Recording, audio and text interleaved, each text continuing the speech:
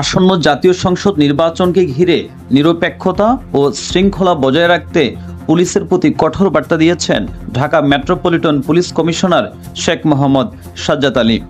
Rajarbagh police অডিটোরিয়ামে অনুষ্ঠিত মাসিক অপরাধ পর্যালোচনা সভায় তিনি বলেন, পুলিশকে অতীতের কালিমা থেকে বের হয়ে আসন্ন জাতীয় সংসদ নির্বাচনে নিরপেক্ষতার সর্বোচ্চ নজির স্থাপন করতে হবে। কোনো দল, আদর্শ বা ব্যক্তির প্রতি দুর্বলতা দেখানো যাবে না।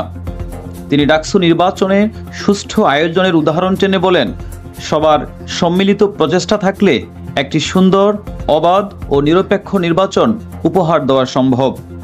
ডিএমপি কমিশনার সভায় আরও নির্দেশ দেন, কার্যক্রম নিষিদ্ধ সংগঠনের যে কোনো অপতৎপরতা রোধে সর্বোচ্চ সতর্ক থাকতে হবে। পাশাপাশি আইন শৃঙ্খলা বিঘ্নকারীদের বিরুদ্ধে নিতে হবে কঠোর ব্যবস্থা।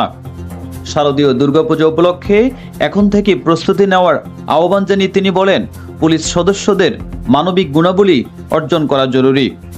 অতিরিক্ত কমিশনাররা সভায় ট্রাফিক আইন ভঙ্গকারীদের ভিডিও প্রসিকিউশন, রাজধানীতে ছিনতাই প্রতিরোধ, নিষিদ্ধ সংগঠনের অর্থায়নকারীদের চিহ্নিতকরণ সহ নানা পদক্ষেপের কথা তুলে ধরেন।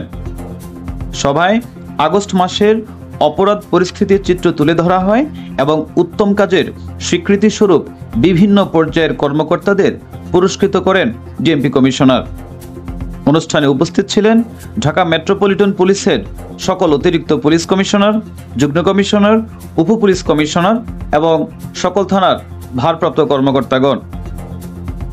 নিউজ ডেস্ক, আজকের টাইমস।